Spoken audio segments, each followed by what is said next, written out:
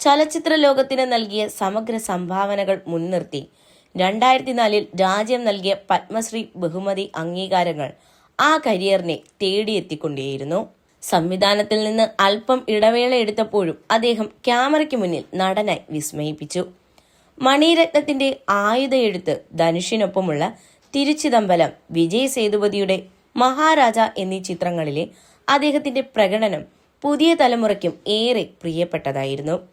മലയാളത്തിൽ മോഹൻലാലിനൊപ്പം അഭിനയിച്ച തുടരും എന്ന ചിത്രത്തിലും അദ്ദേഹം തന്റെ സാന്നിധ്യം അറിയിച്ചു. വ്യക്തിജീവിതത്തിൽ കഴിഞ്ഞ കുറച്ചു കാലമായി വാർദ്ധക്യ സഹജമായ അസുഖങ്ങളോട് പോരാടുകയായിരുന്നു അദ്ദേഹം. മകൻ മനോജ് ഭാരതിരാജയുടെ വേർപാട് അദ്ദേഹത്തെ മാനസികമായി ഏറെ തളർത്തിയിരുന്നു. ഒടുവിൽ ചെന്നൈയിലെ സ്വകാര്യ ആശുപത്രിയിൽ വെച്ച് ആ ഇതിഹാസം തന്റെ മൺവാസന നിറഞ്ഞ ഭൂമിയിലെ ജീവിതത്തോട് വിട പറഞ്ഞിരിക്കുന്നു. ഭാരതിരാജ എന്ന ചലച്ചിത്രകാരൻ വിട പറഞ്ഞിരിക്കാം. പക്ഷേ തമിഴ് സിനിമയുടെ മണ്ണും ആകാശവും ഉള്ളിടത്തോളം കാലം അദ്ദേഹം ക്യാമറയിലൂടെ പകർത്തിയ ഗ്രാമീണ സൗന്ദര്യം ഇവിടുത്തെ പ്രേക്ഷകരുടെ മനസ്സിൽ തങ്ങി നിൽക്കും. ഇന്ത്യൻ സിനിമയുടെ ആ ഇമയ മുദ്രത്തിന് ഒരിക്കൽ കൂടി ആദരാഞ്ജലികൾ. പ്രണാമം.